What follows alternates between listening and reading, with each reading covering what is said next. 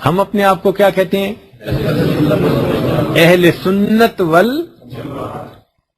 اچھا، اب یہاں پر ایک بات ذہن میں رکھ لینا کہ اہل سنت والجماعت تو سارے چاروں ائمہ کی اقتداء کرنے والے جو لوگ ہیں نا، چاہے وہ حنفی ہوں، چاہے مالکی ہوں، چاہے شافعی ہوں، چاہے حنبلی ہوں، یہ چاروں ائمہ کی اقتداء کرنے والے لوگ کون ہیں؟ صرف ہم ہی نہیں ہیں، چاروں ائمہ کی اقتداء کرنے والے لوگ کون ہیں؟ اہل سنت والجماعت۔ لیکن ہم آج کل اپنے آپ کو کیا کہتے ہیں؟ بولو، دیوبندی۔ تو دیوبندی کو کہتے ہیں؟ کیا ضرورت ہے دیوبندی کہنے کی؟ اس کی ایک وجہ ہے۔ وجہ یہ ہے کہ جب ملاوٹ کسی چیز میں ہوتی جائے نا، تو پھر کھری چیز کو بیان کرنے کے لیے ذرا تفصیل کرنی پڑ جاتی ہے۔ مثال کے طور پر پہلے زمانے میں جب گھر میں گھی ختم ہو جاتا تھا تو خاوند کاروبار پہ جانے لگتا تو بیوی پھر ایک لفظ کہتی تھی، جی گھی ختم ہو گیا ہے لیتے آنا۔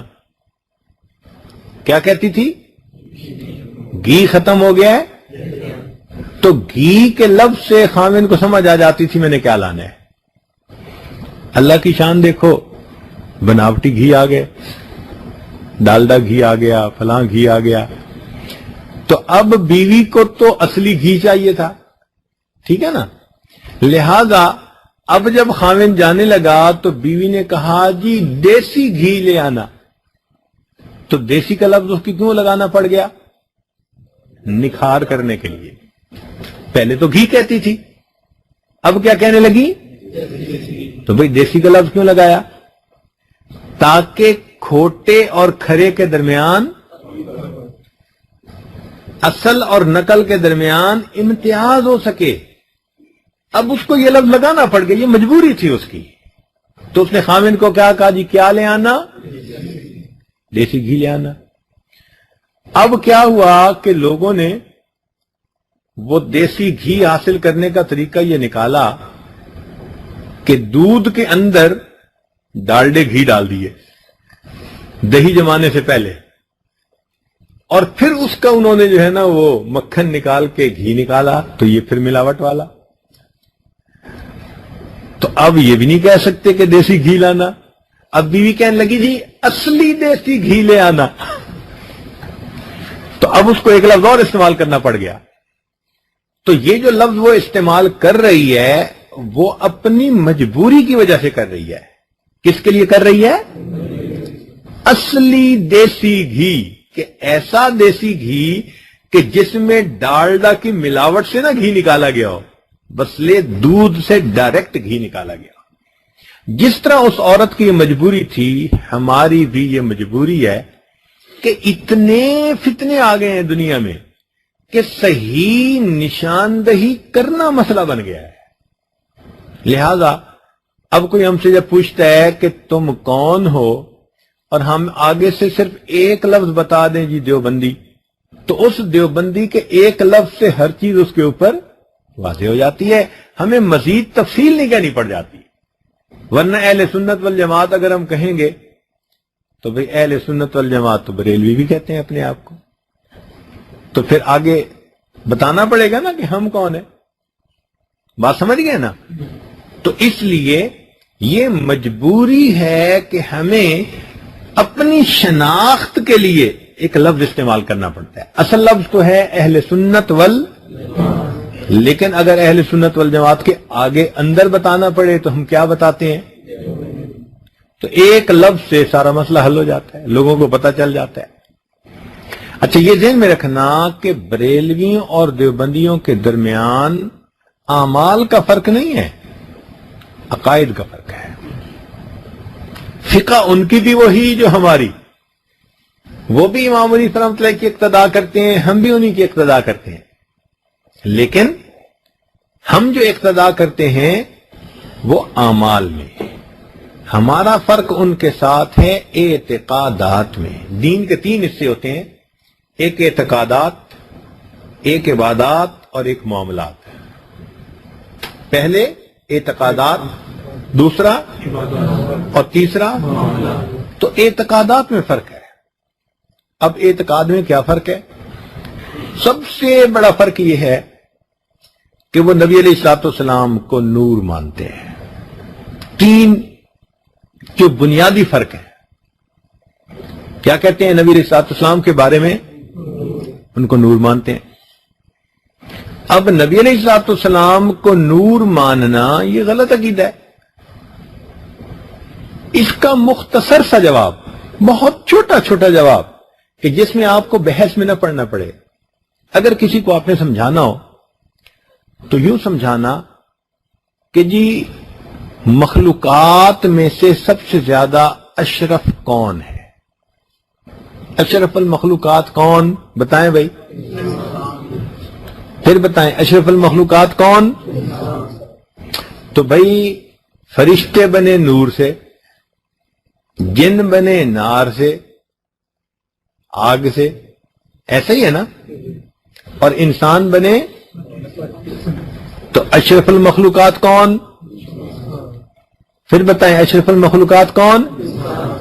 تو اگر نبی علیہ الصلوۃ والسلام نور ہیں تو پھر اشرف المخلوقات کس کو ہونا چاہیے تھا؟ تو پھر انسان کو تو نہیں ماننا چاہیے. جو مانتا ہے کہ انسان اشرف المخلوقات ہیں تو وہ کیا مان رہا ہے؟ دوسرے لفظوں میں کہ نبی علیہ الصلوۃ والسلام بشر تھے، سید البشر تھے. نبی علیہ الصلوۃ والسلام کی وجہ سے ہی انسانیت کو شرف ملا. اگر ان کو ہی نور والی مخلوق کے حصے میں ڈال دیا تو پھر تو بھائی نور والی مخلوق اشرف ہو جائے گی نا، اسی کو ماننا پڑے گا. تو یہ بات سمجھ میں آ گئی کہ نبی علیہ الصلوۃ والسلام سید البشر ہیں اور ان کی وجہ سے ہی بشر کو فضیلت حاصل ہے. یہ بات سمجھ میں آ گئی. لہذا آپ نور نہیں، آپ کیا ہیں؟ لیکن اس بات کو کرنے میں کئی مرتبہ لوگ بے ادبی کے مرتکب ہو جاتے ہیں. یہ بات ہمیشہ ذہن میں رکھنا. نبی علیہ الصلوۃ والسلام کے بارے میں جب بھی بات کرنی پڑے ہمیشہ ڈر کے ادب کے ساتھ کرنا. ان تحبط اعمالکم وانتم لا تشعرون.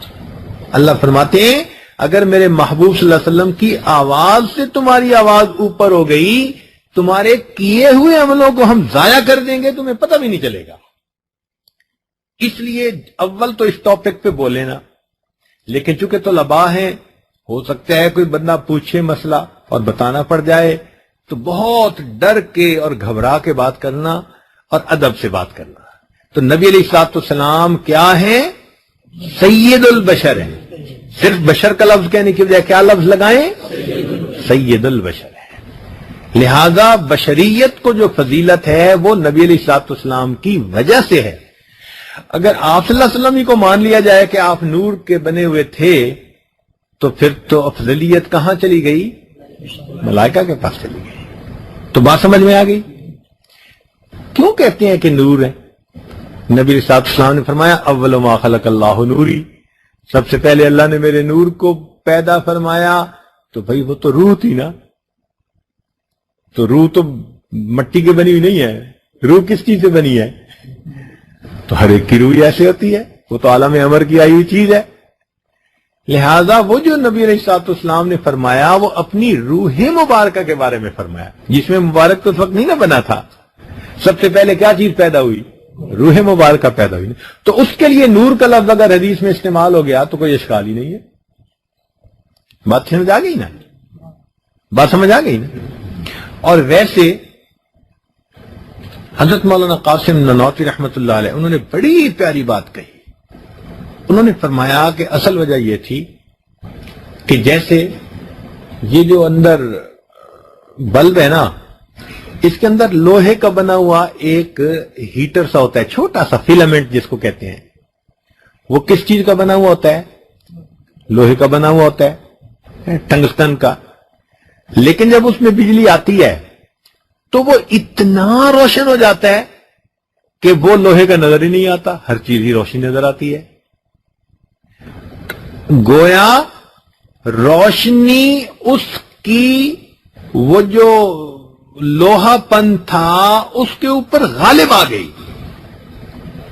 تو مولانا قاسم نانوتوی رحمۃ اللہ فرماتے ہیں کہ بالکل اسی طرح نبی علیہ الصلوۃ والسلام سید البشر تھے، مگر آپ کی نورانیت آپ کی بشریت پر غالب آ گئی تھی. اتنی نورانیت تھی نبوت کی کہ نبوت کی اس نورانیت نے اس بشریت کو اپنے اندر مغلوب کر لیا تھا. اس لیے لوگوں کو دھوکا ہو گیا، وہ کہنے لگے جی کہ نبی علیہ السلام نور ہے. اب ایسا ہی ہے کہ جیسے ایک بندہ بلب کو دیکھ کر کہے جی کہ یہ نور کا بنا ہوا ہے. بھئی نور کا نہیں ہے تو بنا ہوا لوہے کا ہی اندر سے. تو نبی علیہ الصلوۃ والسلام سید البشر ہے. کلیئر ہو گیا؟ اس معاملے میں کوئی ذہن میں سوال تو نہیں نا؟ نور اور بشر کے معاملے میں طے ہو گیا. اگلی بات وہ کہتے ہیں کہ نبی علیہ الصلوۃ والسلام حاضر ناظر. نبی علیہ الصلوۃ والسلام کیا؟ حاضر ناظر. بھئی یہ بھی ٹھیک نہیں. کیسے وہ کہتے ہیں؟ دلیل کیا دیتے ہیں؟ دلیل دیکھو عجیب دیتے ہیں. کہتے ہیں جی جہاں تک خدا کی خدائی وہاں تک حضور کی مصطفائی. بھئی یہ بات تو ہم بھی مانتے ہیں، لیکن یہاں سے یہ نتیجہ کہاں سے نکل آیا کہ جی جہاں تک خدا کی خدائی وہاں تک حضور صلی اللہ علیہ وسلم کی مصطفائی؟ وہ تو بات اپنی جگہ سچی ہے. کہتے ہیں لہذا حضور ہر جگہ حاضر ناظر. بھئی ہر جگہ حاضر ناظر تو نہیں. بادشاہ پورے ملک میں بادشاہ ہوتا ہے، تو کیا بادشاہ پورے ملک میں حاضر ناظر بھی ہوتا ہے؟ یہ تو کوئی بھی نہیں مانتا. بھئی جہاں تک حدود ہیں ملک کی وہاں تک بادشاہ کی بادشاہی ہوتی ہے نا. تو کیا کوئی مانتا ہے کہ بھئی بادشاہ سلامت حاضر ناظر ہیں؟ کوئی بھی نہیں مانتا. تو جو مسئلہ نکالتے ہیں نا وہ عجیب سا نکالتے ہیں آگے سے، حالانکہ وہ مسئلہ نہیں. اب ایسے بندے کو کیسے سمجھائیں؟ یوں سمجھائیں کہ اس سے پوچھیں کہ بھئی ایک بات بتاؤ کہ نبی علیہ الصلوۃ والسلام مکہ مکرمہ میں کتنا عرصہ رہے؟ وہ کہے گا 10 سال، نہ 13 سال. کتنا عرصہ رہے؟ 13 سال. پھر اس کے بعد آپ صلی اللہ علیہ وسلم نے ہجرت فرمائی. تو ہجرت فرمانے کے بعد کہاں آ کر رہے؟ ہجرت فرمائی یا نہیں فرمائی؟ بتاؤ، اونچا بولیں. ہجرت فرمائی نا. ہجرت سے پہلے کہاں تھے؟ ہجرت کے بعد کہاں تھے؟ جو حاضر ناظر ہو اس کو ہجرت کی کیا ضرورت ہوتی ہے؟ ہجرت تو تبھی ہوگی نا کہ پہلے مکہ مکرمہ میں زندگی مبارکہ تھی اور اب مکہ مکرمہ سے. تو جو کہتے ہیں حاضر ناظر اس کا مطلب ہے وہ ہجرت کے قائل ہی نہیں، ہجرت پہ یقین ہی نہیں رکھتے. جب اس طرح سادہ لفظوں میں سمجھائیں گے نا تو دوسرے کو بات سمجھ میں آ جائے گی کہ ہاں واقعی بات ٹھیک ہے. تو یہ بات سمجھ میں آ گئی نا. تیسرا بڑا مسئلہ وہ یہ کہتے ہیں کہ جی نبی علیہ الصلوۃ والسلام مختار کل ہیں. نبی علیہ الصلوۃ والسلام کیا ہے؟ مختار کل ہیں. مختار کل سے مراد وہ یہ لیتے ہیں کہ جی نبی علیہ السلام کو اللہ نے ہر اختیار دے دیا ہے. بھئی ٹھیک ہے اللہ تعالیٰ نے اختیار دیا، لیکن اس کا یہ کہاں سے مطلب نکل آیا کہ خود اللہ تعالیٰ بے اختیار ہو گئے؟ یہ تو کہیں نہیں نا مطلب نکلا. تو کیا کہتے ہیں؟ نبی علیہ الصلوۃ والسلام مختار. اور اس کے دلیل کے طور پہ پتہ کیا پہ ہے؟ خدا جے پکڑے محمد چھڑاوے، محمد دا پکڑا چھڑا کوئی نہیں سکتا. اب یہ دلیل دے رہے ہیں. بھئی یہ دلیل کہاں سے آ گئی بھائی کہ خدا جو پکڑے محمد چھڑاوے، محمد دا پکڑا چھڑا کوئی نہیں سکتا. تو یہ ان کی غلط فہمی ہے کہ وہ اس سے سمجھتے ہیں کہ نبی علیہ السلام مختار کل ہیں. اب اس کا جواب آنا چاہیے نا. کس کا جواب بھلا؟ مختار. اب ایک بات بتائیں کہ نبی علیہ الصلوۃ والسلام نماز ادا فرماتے تھے؟ بتائیں، پکی بات ہے، ادا فرماتے تھے نا؟ کتنی نمازیں فرض تھیں؟ 5 تھیں یا 1 تھی؟ بتائیں، سوچ سمجھ کے جواب دیں۔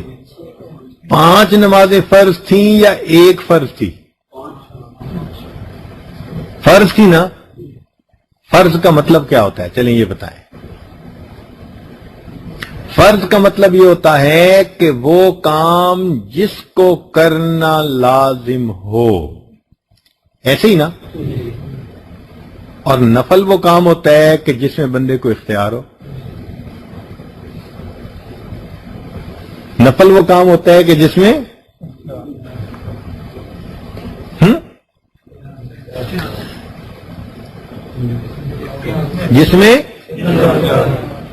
اختیار ہو۔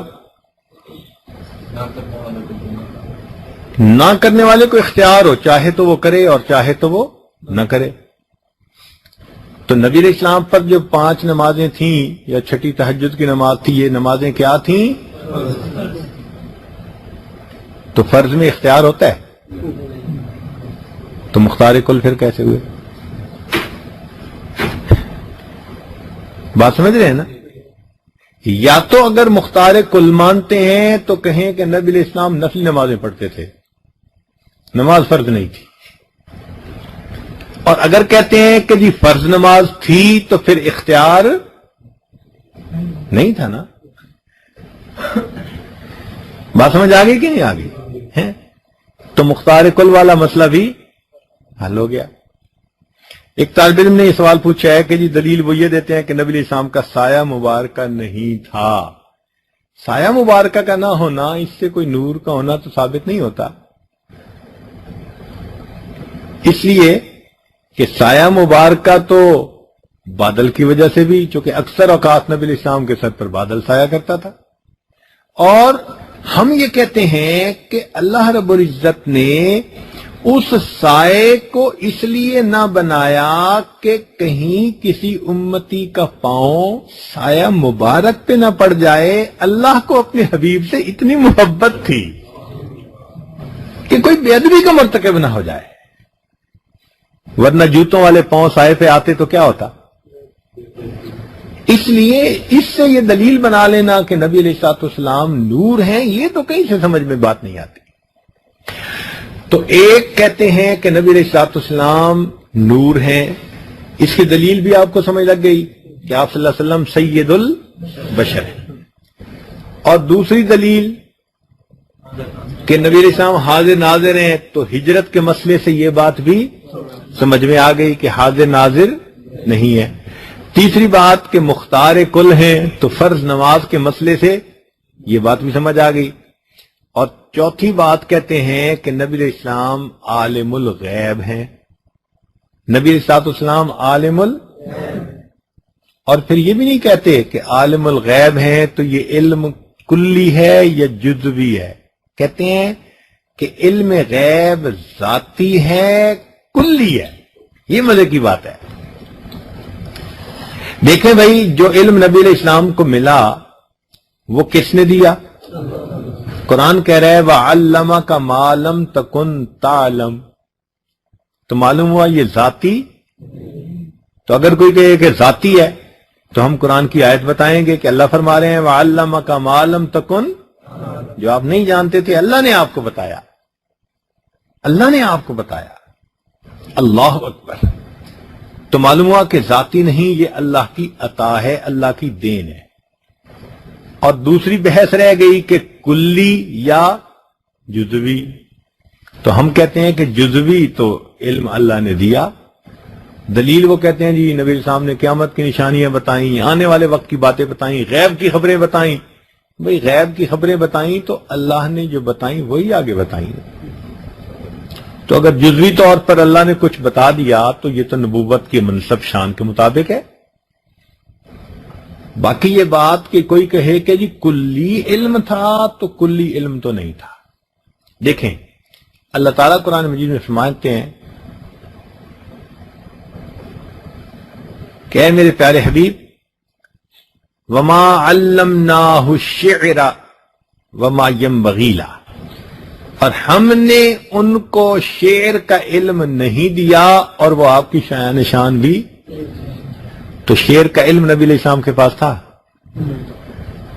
تو جب علم نہیں تھا تو کلی کا لفظ بھی استعمال نہیں کر سکتے. تو علم غیب کے بارے میں جو دو لفظ استعمال کرتے ہیں کہ کیا تھا، ذاتی تھا، اس بارے میں بھی آیت مل گئی، اور جو کہتے ہیں کلی تھا تو اس بارے میں بھی وما علمناہ الشعر، یہ بھی آیت بتا رہی ہے. تو معلوم ہوا کہ اس معاملے میں بھی پتہ صاف ہو گیا. تو یہ چار بنیادی مسئلے ہیں. اس چار کے بعد جو باقی ہیں نا وہ چھوٹی چھوٹی باتیں ہیں اور بے وقوفوں والی باتیں ہیں بیچاروں کی.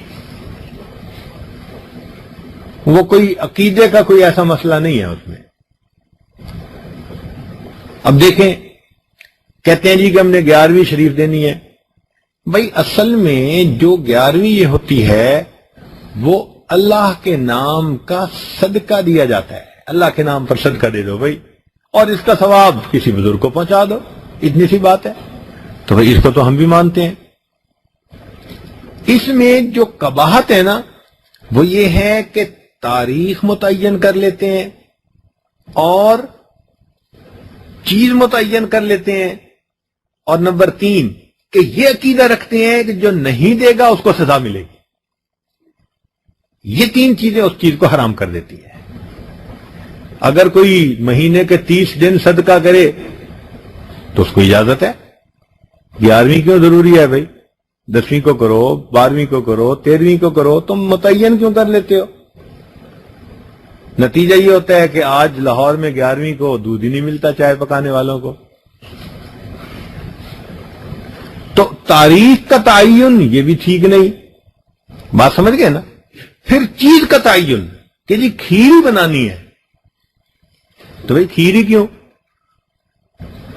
آپ اگر پلاؤ بنائیں مرغی والا تو انشاءاللہ کھانے والے اس کو کھائیں گے. اور تیسرا جو نہیں کرتے ان کے بارے میں یہ عقیدہ رکھنا کہ نہیں کریں گے تو ہمیں نقصان ہوگا، ہمارا نقصان ہوگا، یہ ٹھیک نہیں ہے.